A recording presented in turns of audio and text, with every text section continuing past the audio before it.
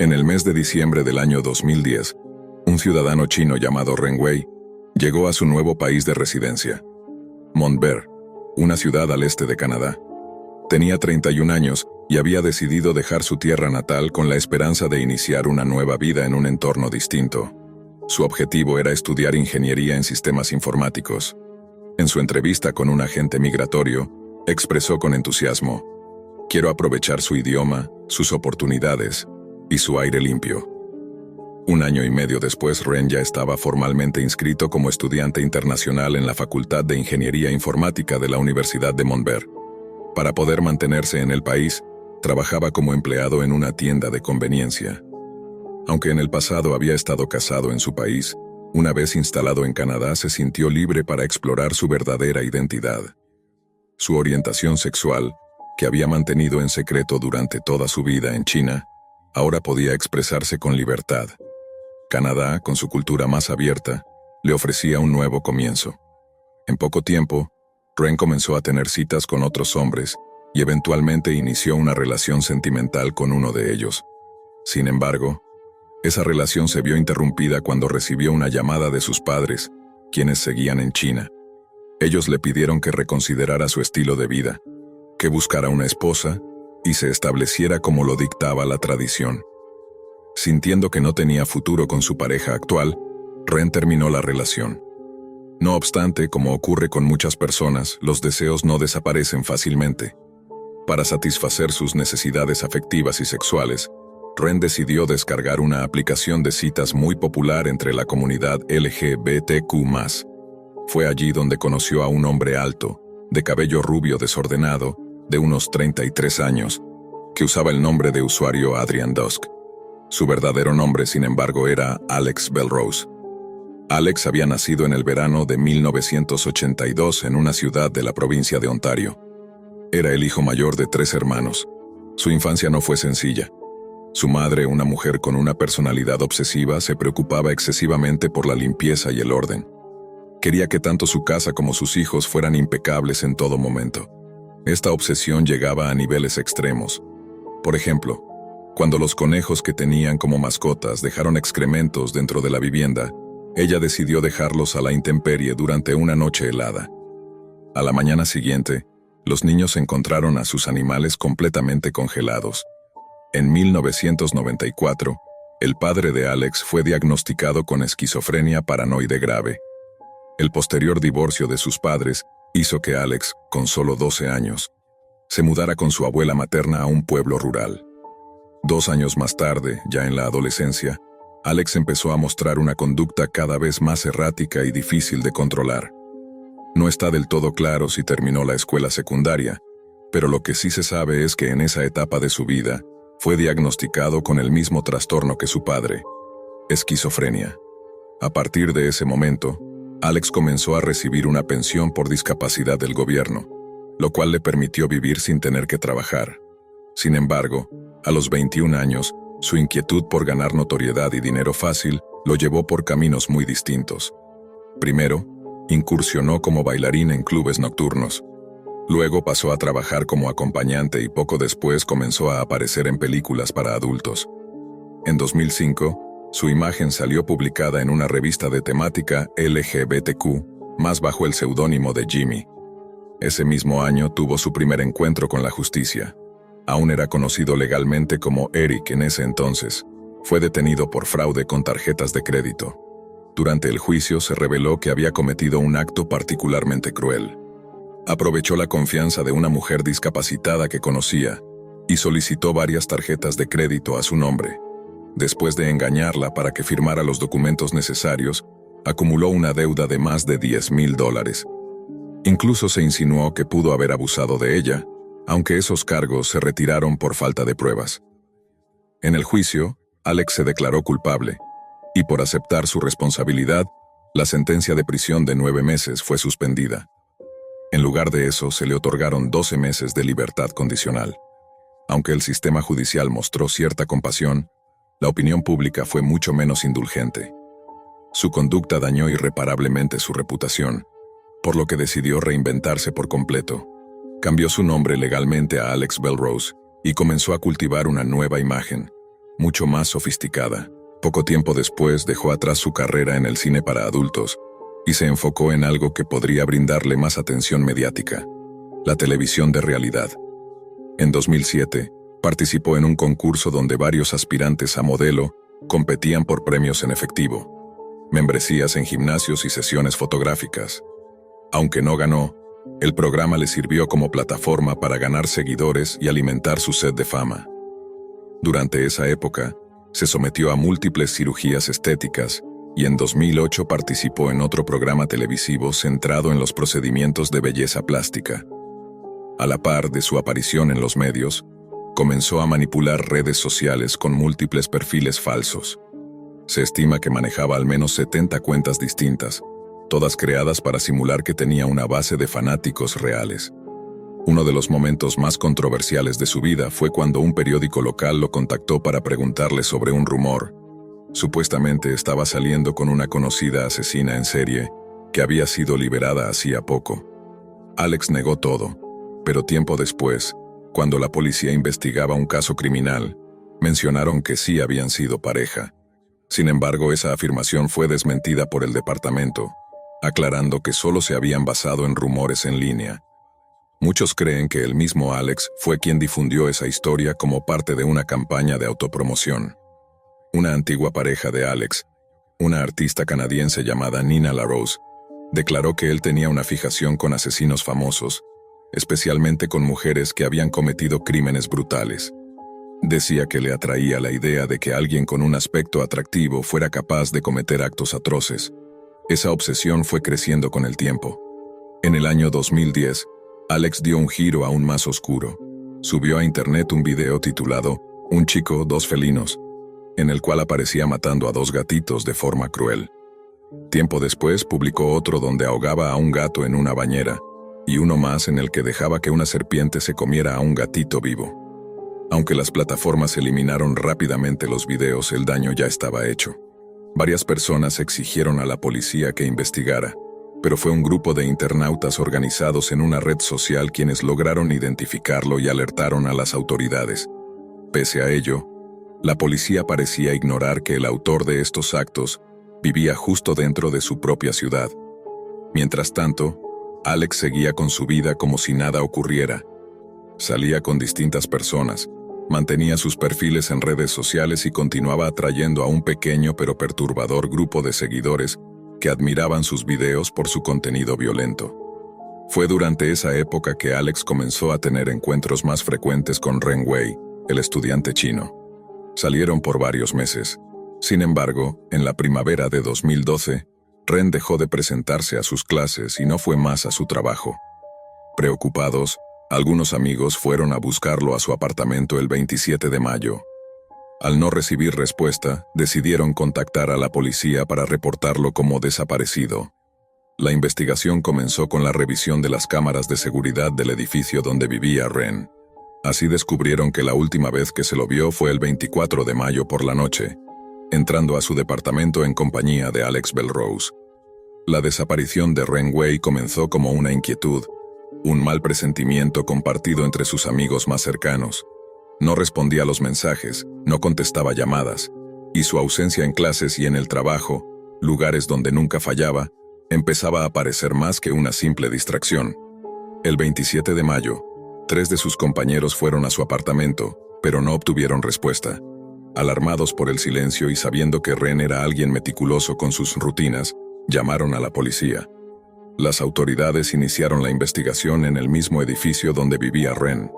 Lo primero que hicieron fue revisar las cámaras de seguridad del inmueble. En las grabaciones de la noche del 24 de mayo, se ve claramente a Ren entrando a su departamento acompañado por un hombre rubio, delgado, con una expresión inexpresiva: Alex Belrose. Ninguno volvió a salir esa noche. Apenas unas horas después de que se iniciara la investigación oficial, el detective encargado del caso recibió un correo electrónico con un asunto tan directo como escalofriante. Urgente. El cuerpo del mensaje contenía una advertencia. Lo que estaba a punto de ver no era apto para cualquier estómago. Adjuntaba un enlace a un sitio web alojado en servidores extranjeros, una página frecuentada por quienes buscaban contenidos violentos y extremos. El enlace redirigía a un video de 11 minutos titulado Un desquiciado, un punzón de hielo. Lo que contenía era una grabación casera en baja resolución. El video comenzaba con un joven desnudo, atado a un marco metálico de cama. Su rostro apenas era visible por la calidad de la imagen, pero sus movimientos eran reales y desesperados. El atacante, de quien solo se distinguía su silueta, usaba lo que parecía ser un destornillador pintado de plateado. Con ese instrumento, apuñalaba una y otra vez al joven inmóvil. Los siguientes minutos eran aún más perturbadores. Se ve al agresor abusando sexualmente del cadáver, cortando partes del cuerpo con cuchillos y tijeras, y luego alimentando con trozos del cuerpo a un perro que espera pacientemente cerca. El horror que transmitía esa grabación no podía fingirse, era real, y parecía hecho con la intención explícita de ser compartido. Lo más inquietante, el video había sido subido apenas un día después de la última vez que se vio con vida a Ren Wei. La investigación se intensificó. Se cruzaron datos, direcciones IP, testigos. Y entonces la sorpresa fue total. Alex Belrose, el hombre visto en las cámaras con Ren, había comprado un boleto de avión sin retorno el mismo día que subió el video. Su destino: París. La policía aún no tenía confirmación oficial de que la víctima del video fuese Ren. Pero las coincidencias eran demasiadas. Poco después, un trabajador de mensajería entregó un paquete en la sede nacional de un partido político en la capital canadiense. No tenía remitente, pero un gran corazón rojo dibujado en la caja le dio un aspecto casi infantil. Lo dejó sin más, pero al levantarlo notó que algo goteaba. Al mirar más de cerca, vio que el cartón comenzaba a mancharse con un líquido rojo oscuro. Aterrorizado, alertó a seguridad. Las autoridades llegaron y acordonaron el lugar. Cuando los forenses abrieron la caja, encontraron un pie humano, cuidadosamente envuelto y acompañado de una nota escrita a mano. En ella se decía que otras partes del cuerpo habían sido repartidas por diferentes puntos del país y que el autor de todo esto volvería a hacerlo. Mientras el país entero intentaba entender qué estaba ocurriendo, en otra ciudad se interceptó un segundo paquete, con características similares. Estaba dirigido a otro partido político. Este contenía una mano humana.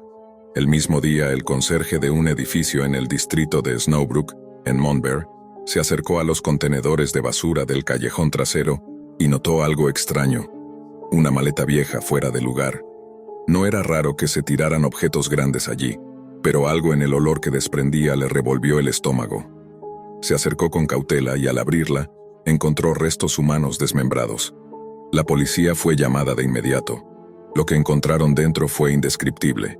Trozos de un cuerpo humano, cuidadosamente acomodados junto con ropa, documentos de identidad, e incluso lo que parecían ser las armas del crimen: cuchillos, un martillo y una herramienta metálica afilada. Gracias a esos documentos se confirmó lo que todos temían. La víctima era Ren Wei. Las imágenes de las cámaras del edificio corroboraban todo. Se veía a Alex, en la madrugada posterior a la desaparición, arrastrando la misma maleta hasta el callejón. A partir de ahí, el caso dejó de ser una desaparición. Ahora se trataba de un asesinato ritual, cuidadosamente planeado y ejecutado por alguien que, al parecer, deseaba desesperadamente ser visto. El apartamento que Alex había alquilado en la Avenida del Ray fue allanado. Lo que encontraron allí solo agravó la situación. Había sangre en múltiples superficies: el colchón, el refrigerador, las paredes, el piso del baño. En el espejo del baño, alguien había escrito con rotulador negro: "Si no te gusta lo que ves, no mires en el espejo". La escena parecía construida como si fuera parte de una película de terror. Pero nada en ese lugar era ficción. Días después, otros paquetes comenzaron a llegar a lugares inesperados. Uno con el pie derecho de Ren fue recibido en una escuela privada de Montbert. Otro, con su mano derecha, fue entregado en una primaria en la costa oeste. Aunque no se encontraron amenazas directas a los destinatarios, los mensajes adjuntos hablaban de arte, liberación y transformación. Todo apuntaba a que el asesino veía su acto no solo como crimen, sino como una especie de performance macabro. Los investigadores se encontraban ante un asesino que no solo mataba, sino que buscaba una audiencia. Quería que cada detalle se viera, se comentara, se compartiera. Su deseo de reconocimiento era tan fuerte que incluso había dejado pistas visibles, fragmentos de sí mismo en la escena, casi como si quisiera ser atrapado, pero solo después de ser recordado. Mientras la policía de Montbert trataba de recomponer los últimos movimientos de Alex Belrose, el caso ya se había convertido en una pesadilla nacional. Los titulares hablaban de un asesino de la red, un hombre obsesionado con la fama que había decidido alcanzar la notoriedad a cualquier costo. Los agentes de homicidios trabajaban sin descanso, pero Alex iba un paso adelante. Gracias a los registros de aerolíneas, se supo que había abordado un vuelo de Montbert con destino a París apenas horas después de cometer el crimen. Viajó solo, sin equipaje y con una expresión serena casi satisfecha. Los investigadores dedujeron que no había actuado bajo impulso. Cada detalle había sido planificado con precisión quirúrgica. Las autoridades canadienses contactaron a Interpol. En cuestión de días, la búsqueda de Alex se convirtió en una cacería internacional. Se distribuyeron carteles con su rostro por toda Europa, mientras agentes rastreaban los movimientos de su tarjeta y las señales de su teléfono. Pero Alex parecía haberse desvanecido.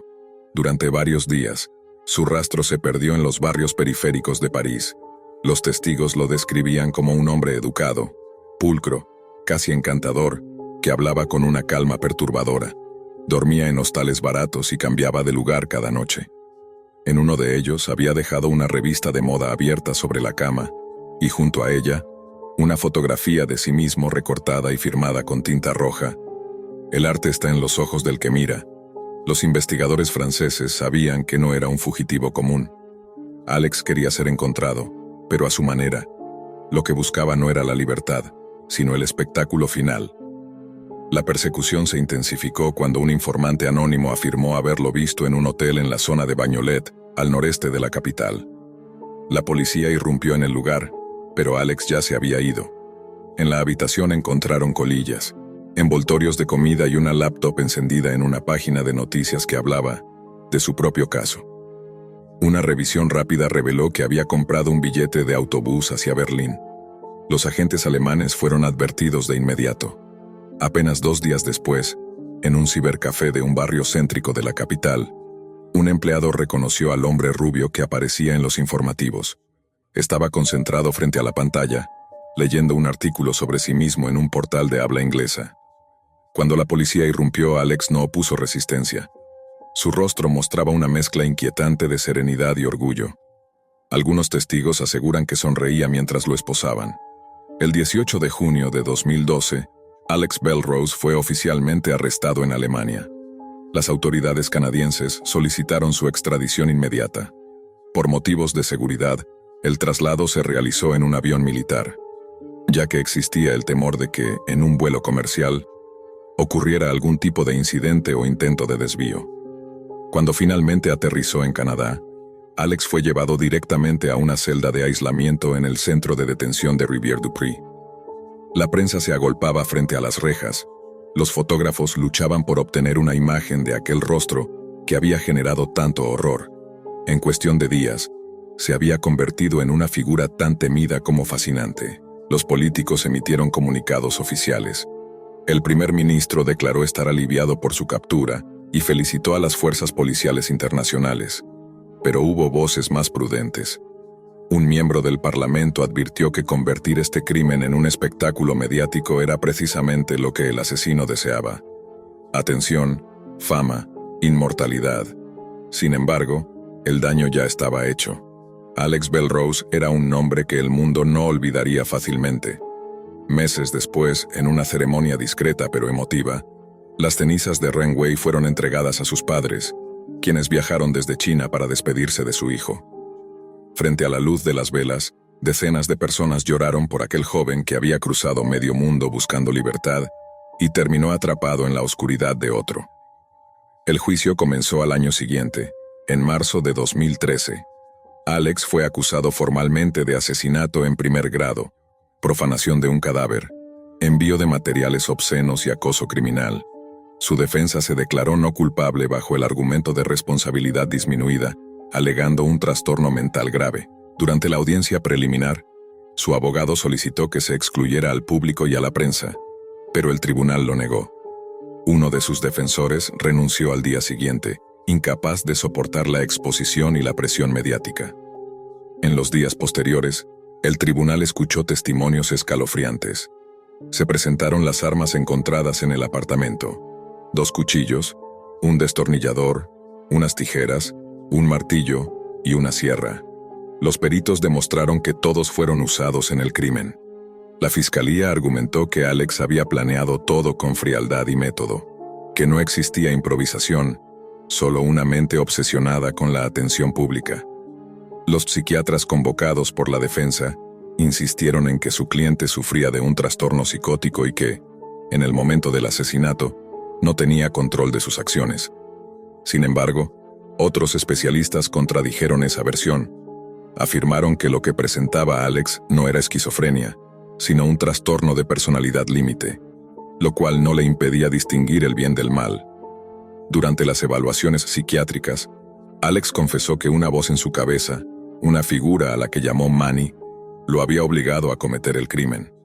Decía que Manny era su dueño, un hombre violento que lo controlaba mentalmente. Al principio, los investigadores pensaron que podía ser un cómplice, alguien que lo había manipulado o ayudado a escapar, pero con el tiempo descubrieron que Manny nunca existió. El nombre era una invención inspirada en el personaje ficticio de un thriller de los años 90, una película donde la protagonista cometía un asesinato con un picahielo. De hecho, la policía se dio cuenta de que Alex había pintado su destornillador de color plateado para imitar el arma de esa escena. No era un brote de locura, sino una recreación deliberada. El tribunal interpretó esto como una señal clara de planificación. La fiscalía sostuvo que Alex fingía su enfermedad mental para evitar una condena completa. Además, los análisis toxicológicos revelaron que no tenía drogas ni alcohol en el cuerpo durante el crimen, lo que reforzaba la idea de que había actuado con plena conciencia. Durante el juicio, se proyectaron fragmentos del video original, bajo estricto control judicial, solo para el jurado. El silencio que siguió fue absoluto. Muchos no pudieron soportar la crudeza de las imágenes. La madre de Ren Wei, presente en la sala, se desmoronó en llanto. Alex, por su parte, observaba la pantalla sin inmutarse. Después de 12 semanas de audiencias y más de 10 semanas de testimonios, los jurados se retiraron a deliberar. Pasaron 8 días antes de regresar con su decisión. El veredicto fue unánime: culpable de todos los cargos. El juez leyó la sentencia con voz firme: cadena perpetua, con posibilidad de libertad condicional después de 25 años. Además, se añadieron 19 años adicionales por los otros delitos, aunque cumpliría todo de forma concurrente. En la práctica, eso significaba que pasaría al menos 3 décadas tras las rejas antes de poder solicitar su liberación. Durante la lectura, Alex mantuvo su expresión habitual, fría, casi ausente, como si no estuviera escuchando. Cuando el juez terminó, giró lentamente la cabeza hacia el público y esbozó una sonrisa apenas perceptible. Nadie supo si era ironía, alivio o simple orgullo. El caso sacudió a todo el país, no solo por su brutalidad, sino por lo que representaba. Una era donde la búsqueda de atención podía empujar a alguien más allá de los límites humanos, donde la necesidad de ser visto se convertía en una forma de locura. Años después, la historia de Alex Belrose continuaría siendo objeto de análisis psicológico, documentales y debates sobre la influencia de Internet, la vanidad y el deterioro moral de una generación obsesionada con la fama. Ren Wei, en cambio, fue recordado en su universidad como un joven amable, curioso y trabajador, cuya vida fue arrebatada por alguien que solo deseaba una cosa: ser recordado, sin importar el precio. Y al final, tristemente, lo consiguió. A finales de los años 90, el mundo dio un salto hacia un nuevo territorio. La llegada de Internet prometía una era de conexión total. Muchos lo llamaron la Plaza del Pueblo del Futuro, un espacio donde las ideas y las personas se encontrarían sin barreras. Era el amanecer de una aldea global, un sueño compartido por millones. Durante años, esa promesa pareció cumplirse. La comunicación se volvió inmediata, el conocimiento viajó sin fronteras, el comercio creció a un ritmo vertiginoso. Pero con el tiempo algo cambió. Bajo la superficie del progreso comenzaron a formarse grietas invisibles. Lo que alguna vez fue un puente entre las personas empezó a convertirse en un muro de espejos. Los algoritmos aprendieron a alimentar la ira, la división y la distracción. Las redes se llenaron de debates triviales, de opiniones que chocaban por deporte, de pequeñas guerras por nada. Sin embargo, ese caos visible era solo el reflejo superficial de un problema más profundo. Mientras millones reían, discutían y compartían, en los rincones más oscuros de la red se tejían otras conversaciones, silenciosas, peligrosas. Eran espacios donde la desesperanza encontraba eco, donde los solitarios se reconocían entre sí, y donde poco a poco se normalizaba una idea impensable, la de renunciar a la vida. En la primavera del año 2020, mientras el mundo se encontraba en pausa por una pandemia global, muchos jóvenes quedaron aislados en sus hogares. Entre ellos estaba Iván Morel, un estudiante de 17 años que vivía con sus padres en las afueras de Leiden, una ciudad tranquila del sur de Eloria. Era un chico reservado, de mirada tímida y voz serena. Al principio el encierro le pareció soportable. Clases virtuales, videojuegos, series. Pero con los meses, el silencio empezó a hacerse pesado. Sus amigos dejaron de escribirle, las llamadas se fueron espaciando, y cada noche su habitación se convirtió en su único universo. Buscando compañía, Iván comenzó a explorar comunidades en línea. Encontró grupos donde la gente hablaba sin miedo, donde se sentía comprendido. Había empatía, sí, pero también algo más, una corriente subterránea que disfrazaba el dolor de comprensión. En ese espacio, las palabras de consuelo estaban contaminadas de resignación. Con el tiempo, Iván empezó a dejar pequeños rastros de su tristeza. Comentarios breves, mensajes sueltos, confesiones disfrazadas de frases casuales. En uno de sus escritos escribió: "Nada parece tener sentido. Todo esto es solo una manera de pasar el tiempo hasta el final". Las respuestas que recibió no fueron de ayuda. Lo felicitaron por aceptar la verdad, le dijeron que era valiente por no mentirse a sí mismo. Lo animaron a pensar que su sufrimiento tenía una salida, pero esa salida no era la vida. Un día Iván encontró un foro llamado Faro Gris. El nombre parecía inofensivo, incluso poético. Decía ser un lugar para hablar libremente sobre la tristeza y el sentido de la existencia. En realidad era un espacio donde decenas de usuarios compartían métodos para morir, todo disfrazado de libertad y comprensión. El sitio había sido fundado por dos figuras anónimas conocidas solo como Narek y Solene. Ambos se presentaban como defensores de la libertad de expresión, pero el contenido que reinaba en sus páginas iba mucho más allá de las palabras. Había guías detalladas, descripciones técnicas, listas de materiales, y lo más perturbador, hilos de despedida.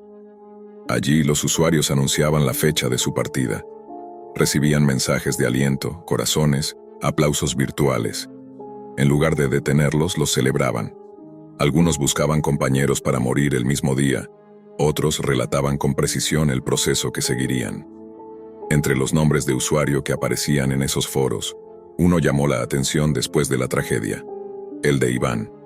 Su participación había sido constante durante semanas. Había leído los manuales, había hecho preguntas.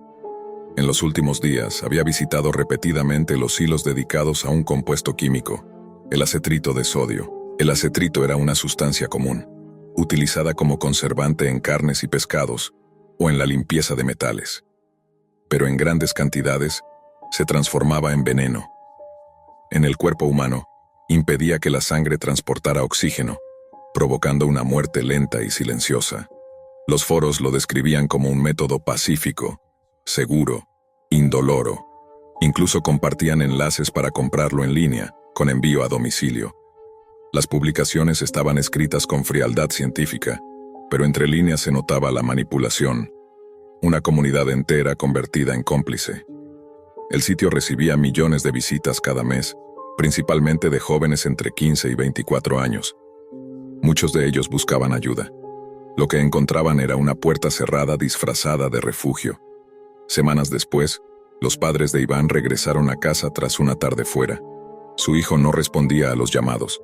La puerta de su habitación estaba entreabierta, el monitor aún encendido. Sobre el escritorio un frasco vacío. En la pantalla, la página del foro seguía abierta, como si esperara una última respuesta. Esa noche, el silencio en la casa fue absoluto. Cuando las autoridades revisaron su historial, hallaron que Iván había pasado las últimas semanas de su vida dentro de Faro Gris. Había participado en discusiones, recibido consejos y leído mensajes de despedida de otros usuarios que nunca volvieron a escribir. Lo que parecía una comunidad de apoyo era, en realidad, una red cuidadosamente diseñada para normalizar la muerte.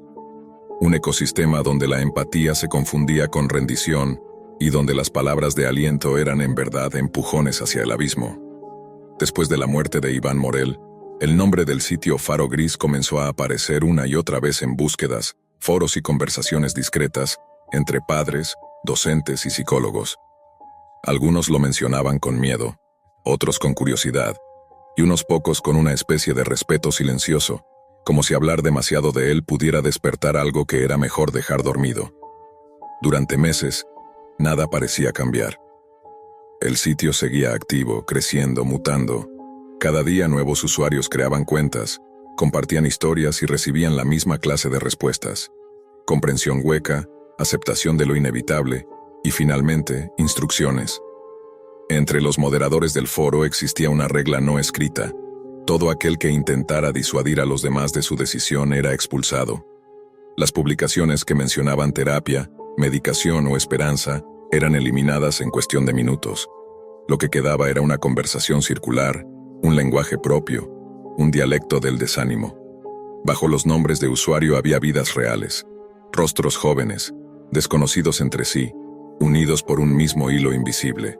La sensación de no pertenecer. Cada uno escribía buscando alivio, y lo que encontraba era una confirmación cruel de que el dolor no tenía salida.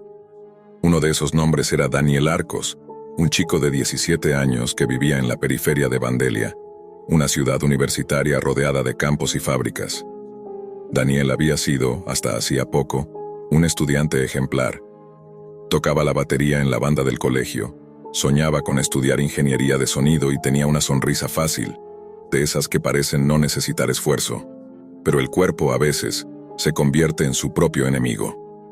Durante el otoño de 2019, Daniel comenzó a sufrir fuertes dolores abdominales que lo obligaron a quedarse en casa durante semanas. Los médicos no encontraban una causa precisa. Las clases pasaban, los amigos seguían con sus vidas, y él permanecía cada vez más aislado. Su madre solía decirle que se mantuviera positivo, que el dolor pasaría. Su padre le recordaba que era fuerte, pero en las madrugadas, cuando el resto dormía, Daniel encendía la pantalla y buscaba respuestas que la medicina no le daba. Al principio fueron foros de salud, luego grupos de apoyo emocional, y finalmente, después de varios saltos entre enlaces y recomendaciones automáticas, llegó a Faro Gris. El primer mensaje que vio parecía inofensivo. Alguien hablaba del agotamiento de existir. Otro le respondía con un poema triste. Pero a medida que avanzaba en los hilos, el tono cambiaba. Entre los textos melancólicos se colaban descripciones exactas, casi clínicas, sobre métodos efectivos. Se hablaba de dosis, tiempos, efectos, todo con una naturalidad escalofriante. Daniel leyó en silencio durante días, sin participar. Se limitaba a observar. En uno de los hilos más activos, un usuario llamado Stan77 se presentaba como una figura carismática. Su tono era amable, sereno, paternal. Decía comprender el cansancio de seguir respirando. En apariencia, ofrecía compañía, pero detrás de sus palabras había una intención distinta. Stan77 era, según los registros posteriores, uno de los usuarios más influyentes del foro. Había escrito decenas de mensajes sobre una sustancia que describía como rápida, limpia y segura, el acetrito de sodio. En su guía personal explicaba cómo obtenerlo, cómo prepararlo, cómo calcular la dosis. Lo hacía con la voz de quien enseña, no de quien advierte. Daniel lo leyó con una mezcla de fascinación y miedo. Le parecía imposible que tanta información existiera tan abiertamente. Cada palabra sonaba razonable, incluso científica. Y entre esas líneas, el joven comenzó a convencerse de que quizá esa era su salida. En su diario digital, una carpeta oculta en su computadora, dejó escritos fragmentos que más tarde se usarían como evidencia. En uno decía: pensé que uno debía sentir alivio al decidir irse, pero lo único que siento es miedo. Horas después de escribir eso, publicó un mensaje en Faro Gris. Fue breve, casi un susurro. Creo que ya tengo lo que necesito. Gracias a todos.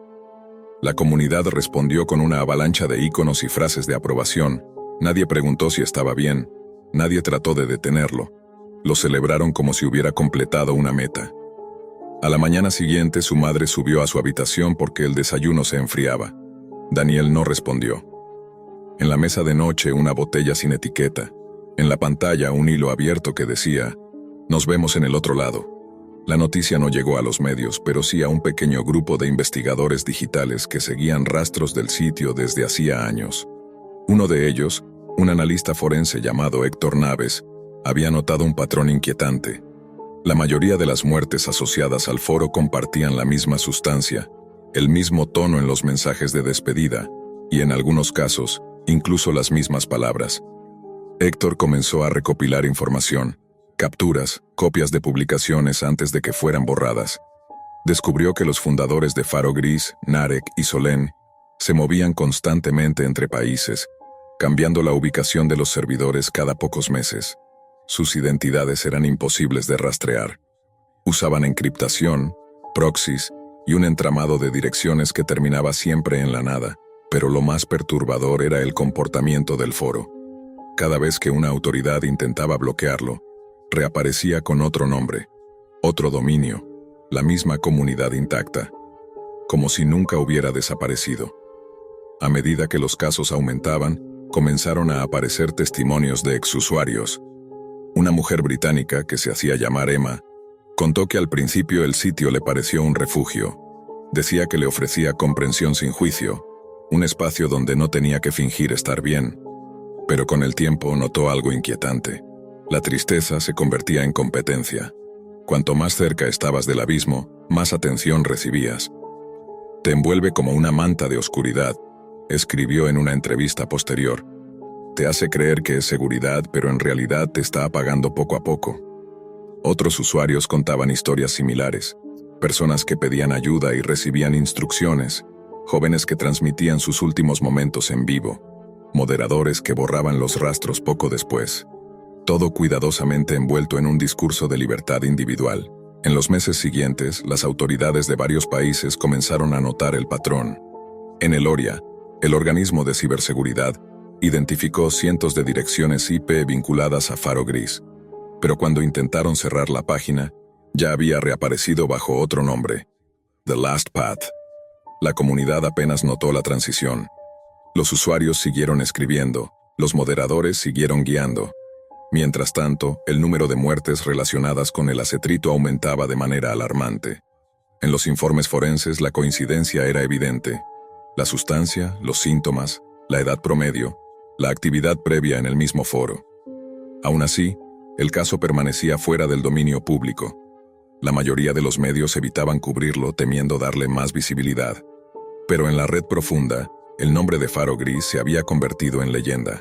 Un atardecer de enero, una joven universitaria llamada Rosa Álvarez publicó un mensaje en la sección de compañeros de partida.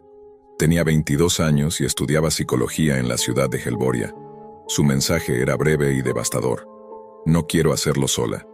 Solo necesito a alguien que me escuche antes del final». Horas más tarde, alguien le respondió. Un usuario con el seudónimo Craig M. le escribió: «Estoy en tu ciudad. No te presionaré. Solo puedo acompañarte». En los días siguientes, los dos intercambiaron mensajes, luego correos, luego se reunieron en persona. Pero Craig M. no era quien decía ser. Meses después se descubriría que había contactado a varias mujeres en el foro, prometiéndoles apoyo en sus últimos momentos, para luego agredirlas. Fue arrestado después de 2 denuncias. Rosa nunca volvió a escribir. El foro reaccionó con indiferencia. Algunos usuarios bromearon con el incidente, otros lo usaron como excusa para aumentar el secretismo. Narek publicó un comunicado interno en el que afirmaba que el sitio no podía controlar las decisiones de sus miembros y que la censura jamás sería la solución. Poco después comenzaron a borrar todas las publicaciones que mencionaban nombres, direcciones o datos personales. Lo presentaron como una medida de seguridad, pero en realidad lo que lograban era borrar las huellas. Incluso implementaron una nueva norma. Los hilos de despedida serían eliminados automáticamente después de una semana, por respeto a la privacidad. En la práctica, eso significaba que las familias nunca podrían saber con quién habían hablado sus hijos en sus últimos días. Para entonces, Faro Gris se había convertido en un laberinto. Un espacio donde era casi imposible distinguir quién decía la verdad. Había usuarios reales, bots automáticos, perfiles falsos que parecían estar diseñados solo para mantener activa la conversación. Algunos expertos en ciberpsicología sugerían que el sitio funcionaba como un ecosistema de retroalimentación. Cuanto más se hablaba de la muerte, más se normalizaba. Cuanto más se normalizaba, más atraía a los vulnerables. Pero detrás de todo ese caos, alguien debía estar controlando las puertas. Alguien decidía qué publicaciones quedaban, cuáles se borraban y quiénes tenían permiso para permanecer. Y esa persona o ese grupo parecía disfrutar del poder que ejercía sobre la tristeza ajena. Los investigadores digitales que seguían el caso comenzaron a notar algo aún más inquietante. Algunos de los nombres más antiguos del foro aparecían también en otros sitios oscuros, vinculados a comunidades misóginas, sectas virtuales y grupos de manipulación psicológica. Era como si todo formara parte de una red más grande, conectada por los mismos administradores. Entre ellos, Narek destacaba por su obsesión con la idea de la autonomía absoluta. En uno de sus mensajes filtrados escribió: "No todos merecen ser salvados. Algunos solo quieren ser escuchados antes de irse, y nosotros somos los únicos que los escuchamos". Esa frase se repetiría en decenas de perfiles después, casi como un lema. A finales de 2020, varios países iniciaron investigaciones coordinadas para desmantelar el sitio. Durante unas semanas parecía que lo habían logrado. La página desapareció, los enlaces devolvían errores, los servidores estaban fuera de línea. Pero 48 horas más tarde, Faro Gris volvió a existir, con un nuevo dominio, un nuevo nombre, la misma oscuridad de siempre.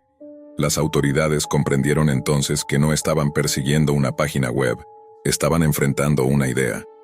Una comunidad que se reconstruía a sí misma, alimentada por el dolor humano y protegida por el anonimato.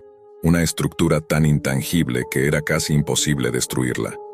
Lo que había comenzado como un simple foro clandestino se había transformado en una red global de desesperanza organizada. Y en esa red, todavía quedaban muchos nombres por aparecer. Durante meses, los investigadores que seguían los rastros de Faro Gris se toparon con un muro de silencio.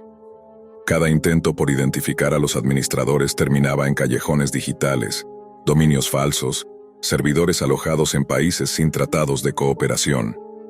Pero lentamente, pequeñas piezas comenzaron a encajar. Dos nombres repetidos en antiguos registros de foros: Narek y Solene. No eran simples usuarios, eran los arquitectos. Nadie sabía con certeza quiénes eran. Sus perfiles habían sido borrados y restaurados innumerables veces. Usaban direcciones de correo efímeras, cambiaban de alias y firmaban con iniciales diferentes según el sitio en el que aparecían. Sin embargo, su estilo era reconocible. Un lenguaje seco, directo, a veces casi académico. Los analistas descubrieron que antes de crear Faro Gris, ambos habían administrado un pequeño foro en la red profunda llamado El Último Umbral. En teoría, era un espacio de debate filosófico sobre la libertad individual y la eutanasia, pero pronto derivó en algo mucho más oscuro. Cuando ese foro fue clausurado por violar normas internacionales, reapareció bajo un nuevo dominio. Y así comenzó el ciclo. Lo más inquietante era el contraste entre sus declaraciones públicas y la realidad del sitio. En entrevistas filtradas, Narek se describía a sí mismo como un defensor del libre pensamiento. Decía que el foro no alentaba el suicidio, sino que ofrecía un espacio donde las personas podían elegir. Pero elegir no era la palabra correcta. La comunidad no ofrecía opciones, ofrecía un camino, uno que siempre conducía en la misma dirección. Solene, en cambio, rara vez hablaba. Sus pocas intervenciones se limitaban a recordar las reglas del foro: anonimato absoluto, prohibición de compartir información personal y eliminación de cualquier intento de rescate. Bajo la excusa de proteger la privacidad, creaba un entorno cerrado, aislado de toda interferencia externa. Cada nuevo usuario era recibido con mensajes de bienvenida y advertencias ambiguas. Aquí estás a salvo. Nadie te juzgará, pero una vez que cruces la línea no hay vuelta atrás. El foro se transformó en una especie de ritual. Había jerarquías invisibles, usuarios veteranos que guiaban a los nuevos, normas no escritas sobre cómo hablar, cómo despedirse, cómo morir. A quienes anunciaban su decisión se les ofrecía apoyo técnico, dosis, horarios, recomendaciones. Los que dudaban eran consolados, pero nunca persuadidos para continuar viviendo. Esa dinámica enfermiza hizo que muchos usuarios confundieran comprensión con validación. La tristeza se volvía una bandera. La muerte, un acto de pertenencia. A finales de 2020, el nombre de Faro Gris llegó a las manos de la Agencia de Seguridad Digital de Eloria. El director del departamento, un veterano investigador llamado Dario Hellman, quedó atónito al ver las cifras. Millones de visitas mensuales, con una concentración anómala de accesos desde universidades y escuelas. No se trataba de un sitio marginal, era un fenómeno. Hellman convocó a un grupo de expertos en psicología, derecho cibernético y rastreo forense. Lo primero que descubrieron fue que Faro Gris estaba alojado en una red de servidores que se movían constantemente entre 3 países, sin acuerdos de extradición. Lo segundo, que los fundadores estaban preparados para esa persecución. En los archivos del foro aparecieron mensajes antiguos de Narek que parecían predecir cada paso. Nos encontrarán, intentarán callarnos, pero siempre estaremos un paso adelante. Era como si todo estuviera diseñado para resistir la caída. Las investigaciones se multiplicaron. Alemania, Noruega, Australia y Canadá anunciaron operativos paralelos. Durante un tiempo, pareció que la ofensiva internacional iba a funcionar. En diciembre de ese año, Faro Gris desapareció. Los dominios fueron bloqueados, las cuentas congeladas, los accesos cortados. Los medios celebraron la victoria. Por un instante el silencio digital pareció un triunfo. Pero 24 horas después el sitio reapareció bajo un nuevo nombre. Luz Terminal. El diseño era casi idéntico, los usuarios los mismos, los administradores también. Solo habían cambiado los colores y el logotipo, una silueta de un faro en ruinas, brillando entre la niebla. El mensaje de bienvenida del nuevo portal era más provocador que nunca. Nos quitaron el nombre, pero no la voz. La libertad no puede ser eliminada, solo reencarnada.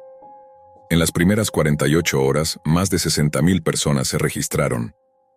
El renacimiento fue tan rápido que los investigadores comprendieron que los fundadores habían planeado todo con antelación. Cada cierre era parte de su estrategia. Cada caída, una prueba de fidelidad para sus seguidores. Con el tiempo se descubrió que Narek no solo administraba Luz Terminal, también estaba detrás de otros sitios que compartían una filosofía similar. Comunidades de hombres que se definían como rechazados por la sociedad, foros de aislamiento extremo, espacios donde la frustración se convertía en ideología. Todos vinculados entre sí por una red de enlaces cruzados, todos con el mismo servidor raíz. La conclusión era inevitable. Faro Gris no era un accidente. Era el resultado de un experimento social, una estructura construida deliberadamente para amplificar el sufrimiento humano y convertirlo en contenido. Mientras tanto, las historias individuales seguían apareciendo, una tras otra, idénticas en sus patrones, diferentes solo en sus nombres. Estudiantes, trabajadores, madres jóvenes, personas que, en su desesperación, encontraron una comunidad que no las salvó, sino que las empujó suavemente hacia el abismo.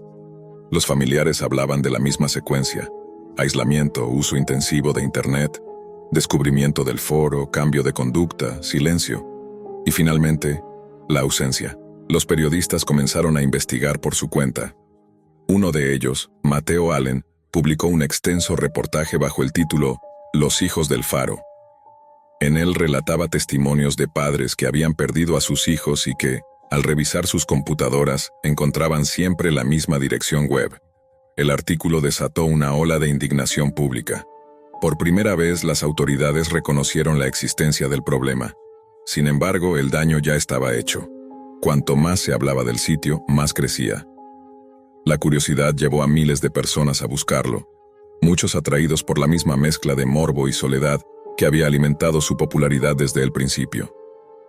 Las investigaciones técnicas demostraron que Luz Terminal recibía, en su punto máximo, más de 8 millones de visitas al mes. Los moderadores celebraban el número como si se tratara de un logro, sin importar que detrás de cada clic hubiera alguien en crisis. Los intentos de cerrar el sitio se volvieron inútiles. Cada vez que un gobierno bloqueaba el dominio, aparecía otro. Cada vez que un proveedor de Internet eliminaba su acceso, otro lo hospedaba. Era un monstruo de 1000 cabezas, y en su núcleo seguían Narek y Solene, inalcanzables, observando el caos que habían creado. En los foros internos, los usuarios comenzaron a referirse a ellos como los guardianes. Nadie sabía si seguían vivos, pero su presencia era constante, como una sombra que vigilaba desde la distancia. De vez en cuando aparecía un mensaje firmado por N o S, recordando las reglas o citando frases ambiguas sobre la libertad. La verdadera empatía no es salvar a quien no quiere ser salvado.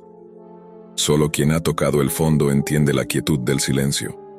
Para los usuarios más jóvenes, esas frases se convirtieron en mantras.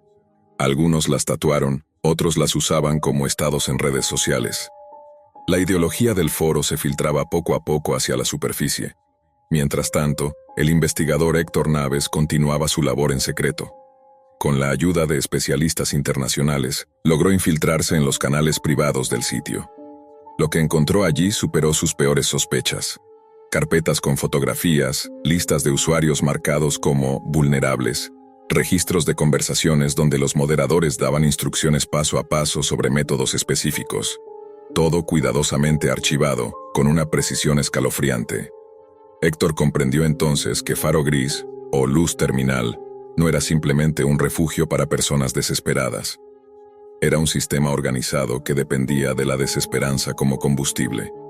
Un mecanismo que necesitaba tragedias nuevas para seguir funcionando. Las filtraciones de Héctor provocaron un escándalo internacional. Por primera vez, los medios mostraron fragmentos de las conversaciones internas del sitio. El público vio los mensajes, los emojis, las palabras de aliento dirigidas a personas en sus últimas horas. La reacción fue inmediata. Protestas, campañas de bloqueo, demandas públicas contra las empresas que alojaban el dominio. Pero la respuesta de los administradores fue aún más perturbadora. Publicaron un comunicado anónimo titulado El derecho a desaparecer. En él, afirmaban que sus críticos eran moralistas que temen a la libertad y que cada intento de censura solo confirmaba su importancia. La declaración terminó con una frase que se repetiría en los foros durante años. No se puede matar una idea. Esa fue la señal. A partir de ese momento, Luz Terminal dejó de ser un simple foro. Se transformó en un símbolo para miles de personas que veían en él una forma de resistencia frente a un mundo que sentían ajeno. Los investigadores lo llamaron la comunidad del fin voluntario. Era un nombre que sonaba científico, pero lo que representaba era una tragedia colectiva. En 2021, las autoridades de varios países coordinaron el mayor operativo digital de su historia. Durante 48 horas, docenas de servidores fueron intervenidos. Se confiscaron discos duros, se clausuraron redes privadas, se rastrearon miles de direcciones IP. Por un momento, pareció que la red estaba colapsando. Los moderadores desaparecieron, los usuarios no podían acceder. Las pantallas mostraban solo un mensaje: error de conexión. Pero en la madrugada del tercer día, reapareció. Mismo contenido, nuevo nombre, Horizonte Azul. Los administradores no se habían escondido, habían esperado, y el ciclo volvió a empezar. Nadie lo sabía aún, pero detrás de ese resurgimiento se escondía algo mucho más grande que un foro. Una red distribuida, diseñada para sobrevivir incluso si uno de sus nodos era destruido. Una idea convertida en sistema. Una estructura hecha para durar y para seguir atrayendo nuevas voces al vacío. Con el paso de los años, el nombre de Faro Gris, o de cualquiera de sus encarnaciones posteriores, se volvió un rumor que cruzaba fronteras. Ya nadie sabía cuántas veces había sido cerrado ni cuántas veces había regresado. La red seguía viva, adaptándose como un organismo inteligente, invisible y resistente. Para 2023, los informes oficiales ya hablaban de decenas de miles de usuarios activos y de cientos de muertes vinculadas indirectamente al foro. Sin embargo, la mayoría de los casos quedaban en una zona gris legal. Nadie obligaba a nadie, nadie firmaba nada, nadie asumía responsabilidad. El anonimato era el escudo perfecto. Fue entonces cuando Héctor Naves, el investigador que llevaba años siguiendo la pista de la organización, decidió cruzar una línea que ningún colega había osado cruzar, infiltrarse no como observador, sino como miembro.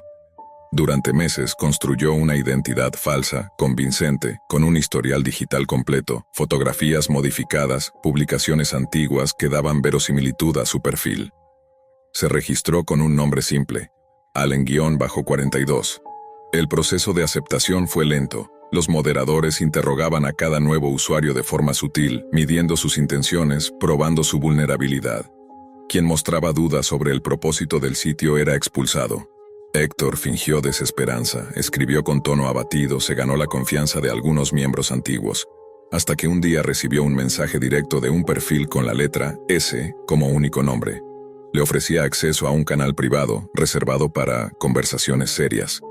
Ahí dentro, Héctor vio lo que llevaba años sospechando. Los moderadores no eran simples voluntarios. Había un sistema organizado, jerárquico, con niveles de autorización y funciones específicas. Algunos reclutaban nuevos usuarios, otros gestionaban recursos, documentos, guías, sustancias, y un grupo reducido se encargaba de eliminar rastros cuando un caso se volvía público. En una carpeta titulada Silencios confirmados, Héctor halló registros de conversaciones con decenas de usuarios que habían publicado sus despedidas antes de desaparecer. Los mensajes estaban fechados, archivados y en algunos casos acompañados de comentarios fríos. Ejecutado según lo previsto. Confirmado. Sin intervención. Desactivado a las 2:37. El investigador comprendió que los administradores no solo observaban, participaban activamente en la dinámica de destrucción. En paralelo, las autoridades de Eloria habían logrado ubicar un servidor que albergaba una de las copias principales del foro.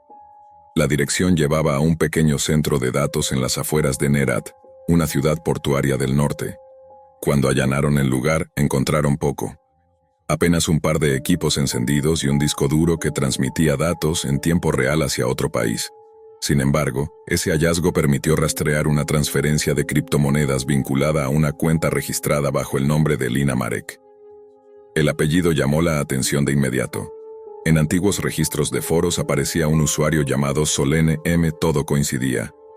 La investigación reveló que Solen era una mujer de 36 años, antigua programadora, que había trabajado años atrás en una empresa de ciberseguridad. Tras ser despedida, desapareció del radar. 6 meses después, aparecieron los primeros rastros de Faro Gris. Pero ella no estaba sola. Las transacciones también mencionaban un nombre masculino, Narek Daylan. Ambos vivían en distintos países, pero sus movimientos digitales coincidían, como si fueran dos partes de un mismo sistema. Cuando la noticia salió a la luz, la prensa los bautizó como los arquitectos del abismo. El caso despertó una indignación global. Las familias de las víctimas exigían justicia. Los gobiernos prometían cooperación internacional. La red, por primera vez, parecía vulnerable.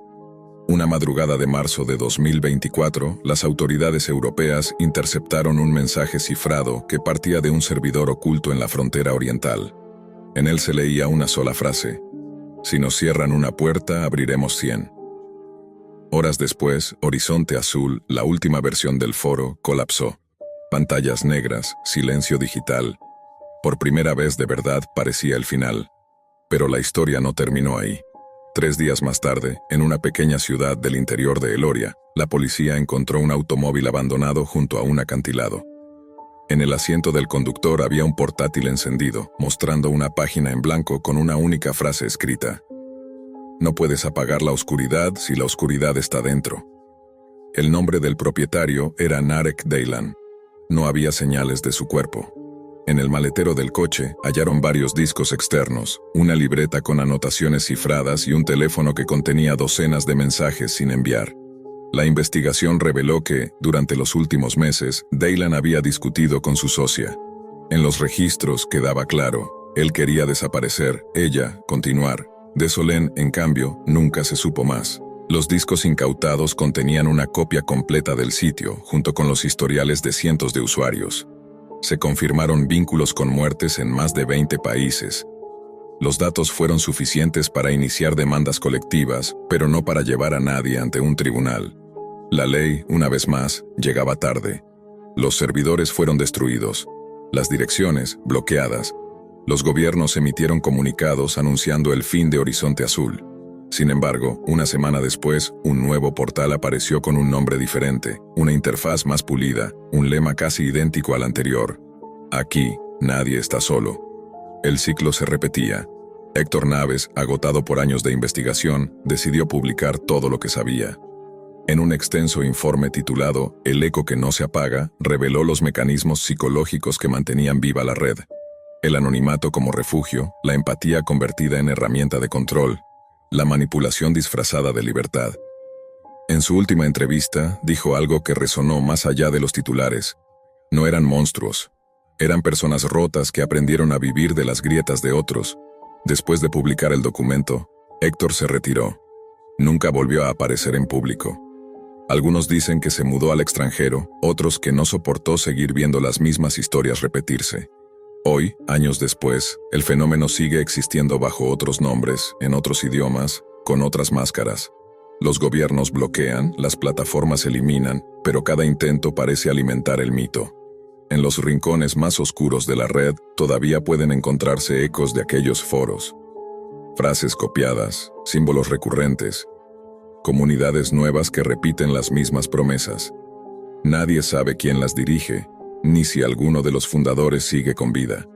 Pero las voces siguen allí, susurrando lo mismo de siempre. No temas, aquí, te entendemos. La historia de Faro Gris no terminó con el cierre de un sitio. Sigue viva en cada algoritmo que recomienda tristeza, en cada espacio donde la soledad se multiplica sin respuesta. Porque el verdadero peligro no estaba en los servidores ni en los nombres falsos, sino en la idea que los sostenía, que rendirse era un acto de libertad. Y mientras exista alguien que crea eso, mientras haya una pantalla encendida al otro lado del dolor, la oscuridad seguirá buscando nuevas formas de hablar, de convencer, de seducir. No se trata ya de un sitio web, se trata de nosotros. El enemigo, al final, no estaba en la red, estaba dentro de cada uno.